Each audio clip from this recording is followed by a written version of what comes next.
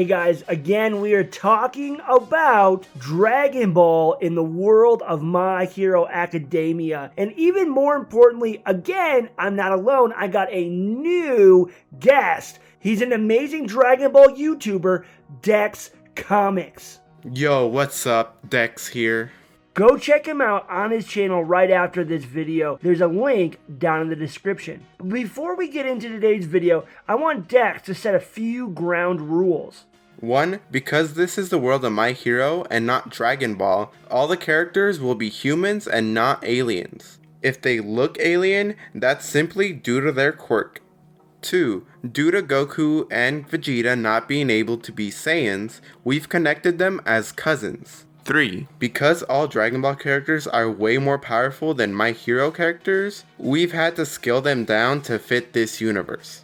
Exactly. So again, no planet-exploding death balls or anything like that will be found in this story. With that being said, let's do this. Despite a recent attack from the League of Villains, the UA Sports Festival is considered too important for the first-year students' future to cancel. After a rocky speech from Katsuki declaring the rest of the students worthless, the obstacle race is held. Shoto Todoroki unleashes a wave of ice to freeze his opponents in place. He dashes through the small doorway. The boy that unknowingly fired everyone up while he was on stage blasts off with his explosions. He uses them to soar over the frozen students and through the door. Frozen in place, Goku and Vegeta use their key manipulation to break out of the ice surrounding their feet. Goku fires off a Kamehameha, blowing students back and propelling himself through the door and into the air. Vegeta enhances his speed and chases after his cousin. The students reach the next obstacle course. Though Todoroki reaches the sprawling nest of tight ropes and pillars first, he is slowed down by them. Katsuki keeps flying through the air, bypassing the obstacle completely. Goku tries to keep up, but ends up crashing into another student. The boy is lucky enough to be caught by one of the pillars. He sees a pink-haired girl with all sorts of gears on her falling between his pillar and another. As Goku sits up, he notices a green-skinned teen with antennae stretching his arms. The elongated arms snag a pillar and launch the teen past Goku. Goku rolls over and pushes himself up, just in time to catch a slap across the back of his head. Vegeta dashes past, knocking the boy back down. Leaping up, Goku chases after his cousin while yelling his name. Having spent years goofing off on ledges and outdoor half-walls, he navigates the tight ropes with relative ease. He nears the end and relaxes a bit. Catching sight of Deku hanging upside down, he waves to his friend. It is a move that almost costs him. While he waves in a wide arc, his foot slips. He grabs the tightrope with his hand. Hand over hand, he rushes out of the second obstacle. Goku enters the third and sees what is a long, straight shot to the finish. Though his fellow students seem to be moving carefully, he throws caution to the wind until one of the buried mines sends him flying into the air. When he lands on his back for a second time in this race, the boy sees Deku using a piece of metal to dig up a bunch of mines. Ahead of them, Vegeta, Todoroki, and Bakugo are vying for first place. Goku watches as Deku uses the mines to launch himself forward. He jumps up and snatches hold of the metal. Both boys ride into the midst of those fighting for first place. Before the two of them can land, Goku leans against the metal and unleashes a Kamehameha. The powerful technique shoots the two boys over the rest and past the finish line. Though the two would likely have teamed up in the cavalry battle, they are forced to do so. With their headband being worth the most, almost no one wants to join them. Uraraka volunteers to be their third, after Ida refuses to join them. A blue-haired girl approaches them. She introduces herself as Bulma. Group begins to share their quirks in order to be better coordinated. Bulma informs them that her quirk is capsulization.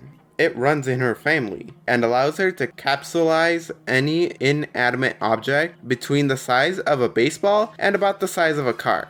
Meanwhile, the other teams start getting together. They are the same as the main canon, all of them except the team with Tsunatori and Kamakiri. Mei Hatsume joins them, saying that she will take the smallest team to the top. Vegeta stands alone to the side as the other students form their teams. Tokoyami joins him, silently offering to be on his team. A nod from Vegeta shows his approval. The green teen walks up with a short bald boy. The bald one has no nose and 6 dots on his forehead. They present themselves as Piccolo and Krillin. Vegeta looks the two of them over and says, I saw the Krini's quirk. Stretchy arms could be useful in the upcoming battle, but what does the little bald one do? Krillin explains that he can channel anything he stands on into a disc on his palm. If he stands on a rock, the disc will be made of rock. If he stands on dirt, it will be made of dirt. Regardless of the material, the disc will stay together as long as the boy keeps concentrating on it or until he makes another disc. Vegeta nods, accepting both of them into his team. The few stragglers find a team, and the cavalry battle begins. As soon as midnight announces the start, all teams rush for Deku and Goku. The latter rides on his teammates. Uraraka floats them up, while Goku uses his Kamehameha to repel them up and away from most of the teams. Out of reach for most, but not all. You're beginning to rely on your signature attack a bit too much, cousin. Now, Greenie, sneers Vegeta. Piccolo nods from beneath him. His arms stretch out and up. His hand finds the band wrapped around Goku's head. Goku reaches for the hand, but doing so causes the Kamehameha to disperse. Their team floats there while the boy fights off one green hand. A second one joins the battle, and his headband is taken. Team Vegeta turns their attention elsewhere and moves on. All around them, teams are racing through the arena and searching for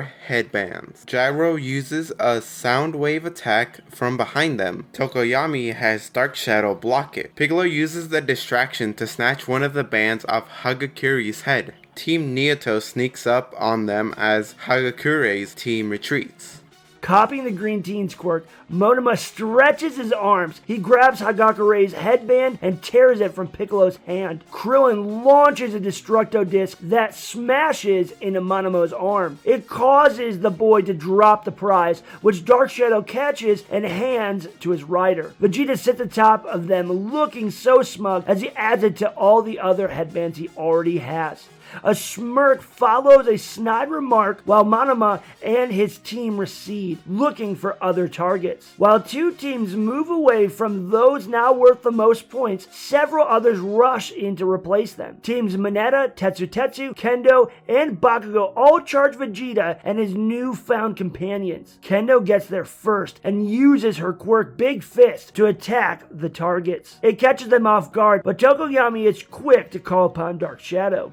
Vegeta feels one of his headbands around his neck being pulled away from him. He grabs hold of it and tries to take it back. He finds no hand around it. Before he can figure out what is actually happening, a frog-like tongue shoots from the back of Shoji. It races forward, but Vegeta dodges it. Reaching out, he snatches it and ties it around Kendo's big fist. Juzo softens the ground beneath the three teams, locked in battle. As the softened ground sucks him in, Piccolo stretches his arms. He latches onto Juzo. Reeling his whole team up and out, they fly over Team Tetsu, snatching another headband. Tape latches itself onto Krillin. Bakugo launches himself through the air. He calls Vegeta a porcupine head and snatches the headband that the boy was trying to tie on. Bakugo blasts his way back to his team, but Monoma is waiting nearby. His team moves in and they snag the headband Katsuki is wearing. The two teams engage in a fierce battle. Vegeta and his comrades land on solid ground. They find themselves facing both Todoroki and Goku's teams. Todoroki unleashes a wave of ice that freezes all of the nearby cavalry teams in place. Ida sprints forward with his team. They bear down upon Team Vegeta. Krillin lifts his hand. The ice around their feet breaks down into tiny crystals. They flow around him and solidify in his open palm. He throws throws the disc. While it misses most of those dashing at him, it manages to catch Ida in the leg. It only slows Class 1A's rep down, but the extra time lets them move away. Meanwhile, Bulma opens a capsule. A handheld plasma cutter appears and she carefully uses it to melt the ice around her team's feet. She pushes a button on the tool and it returns to its capsule form. President Mike announces that there's only 1 minute left. Vegeta's team runs past them and gives chase. Team Todoroki is following close behind. Shoto waves his arm, a line of ice erupting after Goku and friends. Bulma pulls out a capsule and opens it to reveal a device of her own design, the Heat Wave. Pointing it, she fires a ray of warmth. While discomforting, it is non-lethal. The rise in temperature staves off the ice. Bakugo's team, having retrieved their headband, approaches. Their rider jumps up and explodes forwards. Taking note of Katsuki, Goku unleashes a Kamehameha and drags his whole team with him. Seeing this, Ida's engines flare with the power of the Recipro Burst. All three close in on Team Vegeta. The distance between the cousins quickly dwindles. Deku and Bulma each reach for one of Vegeta's headbands as they fly past. The buzzer sounds. Everybody stops in their tracks. Goku looks down at his teammates. The two raise their fist and reveal head. The crowd goes wild. When they open their hands, the cheering stops. Their total still isn't enough to make up for losing first place at the beginning of the battle. President Mike announces the 4 teams moving on: Vegeta, Todoroki, Bakugo, and Shinzo. He then informs the crowd there will be an hour-long break. Feeling disappointed, Team Goku heads out of the arena. Others follow to give the organizers time to fix up the arena and ready the next part of the sports festival. The winning teams bask in their victory for a moment before they leave the battlefield. Strutting out, Vegeta leaves last. As he heads for some lunch, he finds his father waiting for him. The man sits in his wheelchair. Despite the fact that he is but a shell of his former self, what remains looks strong. His deep voice is tinged with bitterness. The results are satisfactory, boy, but you still pale in comparison to those that came before you. Had luck been on your cousin's side, the outcome would have been quite different. Nothing is ever good enough for the king, mutters the boy as he glares at the man that helped raise him. He has a thought and asks, "Where's mother?" King Vegeta shifts away from his son. His arms spin the wheels, turning his back towards the boy. "She is getting us some food," said something about wanting to sit on the lawn outside, as if we were having a lovely picnic. Isn't eternal disappointment exhausting? I'm surprised you even came. The boy growls as he continues walking, following his father. "It would be if I weren't so used to it," snarls the older Vegeta. Wrapped around his waist, the tip of his furry tail twitches in irritation. It does not go unnoticed by the boy. He gives a short reply as he walks faster, passing the man. "You're only used to it because you deserve it." The two of them head out for the lawn, but the boy hears his father speak once more. The words carry a weight that the boy can feel as they reach his ears. "You had better curb that tongue, boy, or I can remind you again of how much better those that came before you are." And with that ends our story. I want to thank you, Dex, so much for coming on the channel. If you haven't checked Dex Comics out and his sweet Dragon Ball What Ifs, head over there right now. We got a link up here with a card or a link down in the description below. And guys, we will see you guys